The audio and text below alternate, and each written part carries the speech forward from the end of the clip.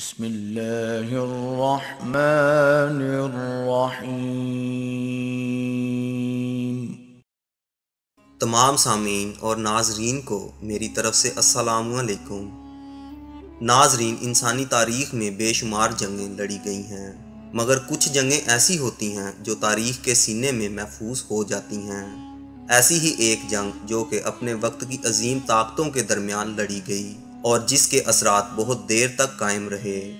ناظرین، ہم بات کرنے جا رہے ہیں جنگ انقرہ کی، جو کہ 20 جولائی 1402 عیسوی کو سلطنت عثمانیہ اور سلطنت تاتار کے درمیان لڑی گئی۔ ناظرین، سلطنت عثمانیہ کی افواج کی قیادت اس وقت کے سلطان بایزید کے ہاتھ میں تھی، جبکہ تاتاری افواج کی کمان امیر تیمور کے ہاتھ میں تھی۔ بایزید یلدرم نے 15 جون 1399 عیسوی میں سلطان مراد اول کی شہادت کے بعد سلطنت کی بھاگ دوڑ سنبھالی تھی۔ وہ ایک نہایت قابل حکمران تھا اور بہترین سپہ سالار بھی۔ بہترین حربی صلاحیتوں کی وجہ سے ہی اسے یلدرم یا تھنڈر بولٹ کے نام سے پکارا جاتا تھا۔ امیر تیمور، جو کہ 1369 عیسوی میں سمرقند میں خراسان کے تخت پر بیٹھا اور دیکھتے ہی دیکھتے ایک بہت بڑے علاقے پر چھا گیا، اس کا لشکر دہشت اور خوف کی علامت بن چکا تھا۔ ان دونوں کے درمیان جنگ کی بہت سی وجوہات تھیں، مگر اس کے ساتھ ساتھ دونوں بادشاہوں کی سلطنت کی سرحدیں ملتی تھیں اور دونوں ہی اپنی سلطنت میں اضافہ بھی چاہتے تھے، اور یہی اس جنگ کی سب سے بڑی وجہ بھی تھی۔ ناظرین، موسم گرما کے آغاز کے ساتھ ہی تیمور اپنے لشکر کے ہمراہ انقرہ کی طرف روانہ ہوا اور سب سے پہلے سیواس نامی شہر پر قبضہ کر لیا۔ تیمور کے لشکر کی تعداد 1,40,000 سے لے کر 2 لاکھ تک بتائی جاتی ہے۔ اس کے لشکر میں 32 جنگی ہاتھی بھی موجود تھے، جبکہ بایزید یلدرم کا لشکر 85,000 سواروں پر مشتمل تھا۔ بعض روایات کے مطابق یہ تعداد اس سے کہیں زیادہ تھی، جو کہ درست بھی ہو سکتی ہے، کیونکہ اتنی بڑی سلطنت کا حکمران تیمور سے مقابلے کے لیے اتنی کم تعداد مقابلے پر لانے کی غلطی نہیں کر سکتا، جبکہ لڑائی بھی اس کے اپنے علاقے میں لڑی جا رہی ہو۔ آخرکار 20 جولائی کا دن آن پہنچا جب ان حکمرانوں کے لشکر میں یہ خوفناک جنگ لڑی گئی۔ اس جنگ میں سلطنت عثمانیہ کی فوج کو شکست ہوئی اور ان کے 30,000 سے زائد سپاہی اس جنگ میں شہید ہوئے، جبکہ تیموری سپاہ کا نقصان اس سے کہیں کم تھا۔ سلطان بایزید کو گرفتار کر کے قیدی بنا لیا گیا اور اس کا اسی قید کے دوران 1 سال بعد انتقال ہو گیا۔ ارد گرد کے بہت سے علاقوں کو فتح کرنے اور انہیں برباد کرنے کے بعد تیمور واپس روانہ ہو گیا، مگر جاتے جاتے وہ بایزید کے بیٹوں کے درمیان اقتدار کی رسا کشی شروع کر گیا اور وہ سب آپس میں تخت و تاج کے لیے لڑنے لگے۔ تیمور کے لوٹ جانے کے بعد سلطنت عثمانیہ میں خانہ جنگی شروع ہو گئی، جو کہ 1403 عیسوی سے 1410 عیسوی تک 7 سال جاری رہی۔ ناظرین، اس سے پہلے کہ جنگ کے حالات بیان کیے جائیں، یہ جاننا بہت ضروری ہے کہ کیوں یہ 2 عظیم بادشاہ ایک دوسرے کے خون کے پیاسے ہو گئے تھے اور جنگ ان کے درمیان ناگزیر ہو چکی تھی۔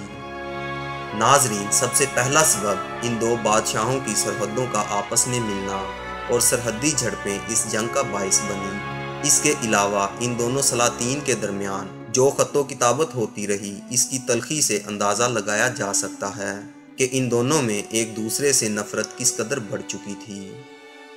ان دونوں میں خط و کتابت کی کچھ مثالیں میں آپ کی زیر سماعت کرتا ہوں۔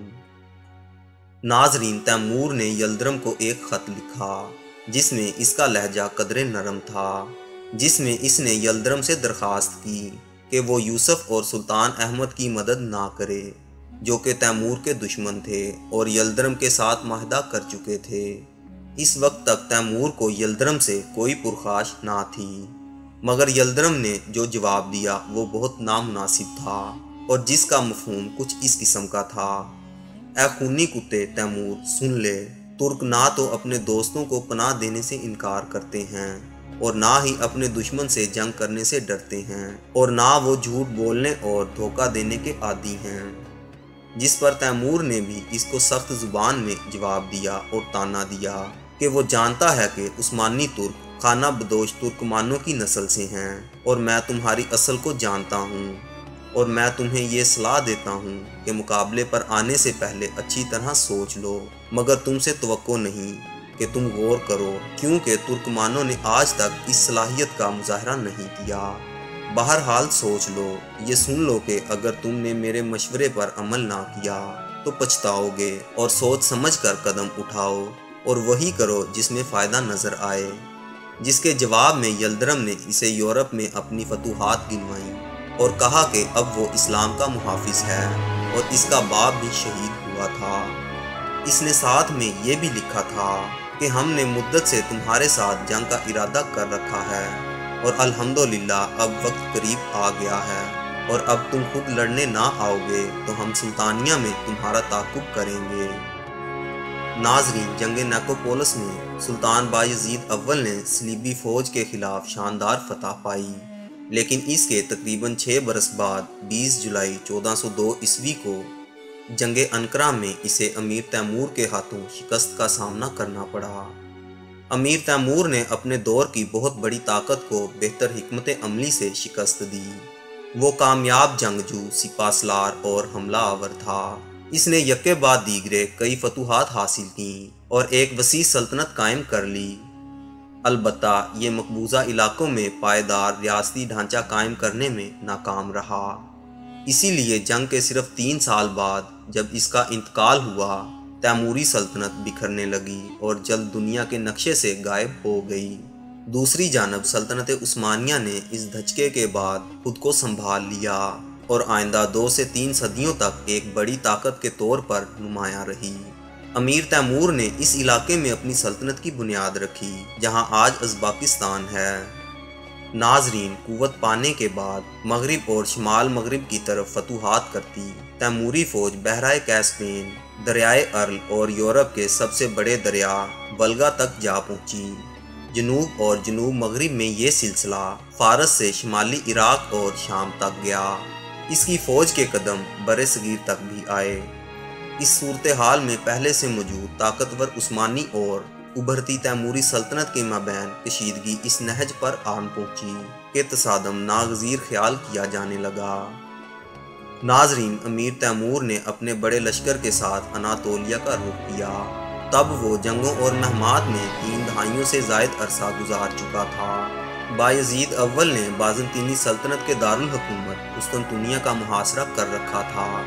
جب اسے معلوم ہوا کہ مشرقی اناطولیہ سے تیموری فوج رواں دواں ہے تو وہ محاصرہ چھوڑ کر موسم گرما میں اس کی جانب روانہ ہوا۔ تیموری فوج اندازاً 1,40,000 تھی، جس میں زیادہ تر گھوڑ سوار تھے۔ اس میں 32 جنگی ہاتھی بھی شامل تھے۔ بایزید اول کی فوج تقریباً 85,000 پر مشتمل تھی۔ عثمانی لشکر میں دائیں جانب شہزادہ سلیمان کی سربراہی میں گھوڑ سوار اناطولی سپاہی اور تاتاری تھے۔ وسط میں ینیچری اور اعلیٰ تربیت یافتہ سپاہی تھے، جن کی قیادت بایزید اول اور اس کے بیٹے چلبی محمد کے ہاتھ میں تھی۔ بائیں جانب سربیائی حاکم سٹیفن لازاروی کی رہنمائی میں دستے بصف تھے۔ میدان جنگ تک پہنچتے عثمانی فوج گرمی، پیاس اور تھکاوٹ سے نڈھال ہو چکی تھی۔ ناظرین، بایزید اول تیموری حملوں سے تنگ آ چکا تھا اور مقابلے کی دھن سر پر سوار تھی، اس لیے اس نے افواج کو آرام کا وقت بھی نہ دیا۔ بایزید اول کو جرنیلوں نے صلاح دی کہ دفاعی حکمت عملی اختیار کرتے ہوئے گرم موسم اور جغرافیہ کی جانکاری کا فائدہ اٹھایا جائے۔ سلطان نے مشورہ رد کر دیا اور حملے کے لیے آگے بڑھا۔ دوسری طرف روایت کے برعکس امیر تیمور نے دفاعی حکمت عملی اپنائی۔ ناظرین، تلاش کرنے پر عثمانی سپاہیوں کو تیموری فوج نہ ملی۔ وہ خفیہ طور پر جنوب مشرق کی جانب چلی گئی اور آرام بھی کر لیا۔ وہ گھوم پھر کر عثمانی افواج کے پیچھے آن کھڑی ہوئی۔ ناظرین، تیموری فوج عین اسی مقام پر براجمان ہو گئی جہاں پہلے عثمانی لشکر تھا۔ انہوں نے ترک کیے جانے والے خیموں اور پانی کے ذخیروں پر قبضہ کر لیا۔ تیموری فوج میں مرکزی حصے کی کمان تیمور کے ہاتھ میں تھی اور اس کے بیٹے میران اور شاہ رخ بالترتیب دائیں اور بائیں جانب کے دستوں کی کمان کر رہے تھے۔ اس کا بھتیجا ہر اول دستے کی قیادت کر رہا تھا۔ عثمانیوں کی جانب سے جنگ کا آغاز بڑے حملے کی صورت میں ہوا۔ اس کا جواب گھوڑوں پر سوار تیر اندازوں نے تیر کی بارش سے دیا۔ یہ غیر متوقع تھا۔ ہزاروں مارے گئے اور بہت سو نے امیر تیمور کے آگے ہتھیار ڈال دیے۔ سربیائی دستوں نے ایسا بھاری لباس پہن رکھا تھا جو تیروں سے محفوظ رکھ سکتا تھا۔ وہ بایزید اول کے ایک بیٹے کو بچا کر قسطنطنیہ لے گئے۔ تیموری فوج پانی کا رخ عثمانی فوج سے دور کر چکی تھی، جس کی وجہ سے عثمانی فوج پیاس سے نڈھال ہو چکی تھی۔ تھکی ہوئی اور پیاسی عثمانی فوج بالآخر بکھر گئی۔ اس میں ایک کردار ان تاتاری دستوں کا تھا جنہوں نے عین جنگ کے موقع پر وفاداری تبدیل کر دی۔ بایزید اول نے نزدیکی پہاڑوں میں پناہ لی، تاہم تیموریوں نے پیچھا کر کے اسے گرفتار کر لیا۔ کہا جاتا ہے کہ امیر تیمور نے سلطان کو سونے کے پنجرے میں قید کیا اور کچھ عرصے بعد وہ دوران قید جان کی بازی ہار گیا۔ ناظرین، بایزید یلدرم واحد عثمانی سلطان تھا جو دشمن کے ہاتھوں قید ہوا۔ ناظرین، اب اسی امید کے ساتھ کہ آپ کو ہماری آج کی معلوماتی ویڈیو پسند آئی ہوگی، انشاءاللہ ملتے ہیں بہت جلد ایک نئی معلوماتی ویڈیو کے ساتھ۔ اللہ آپ کا حامی و ناصر۔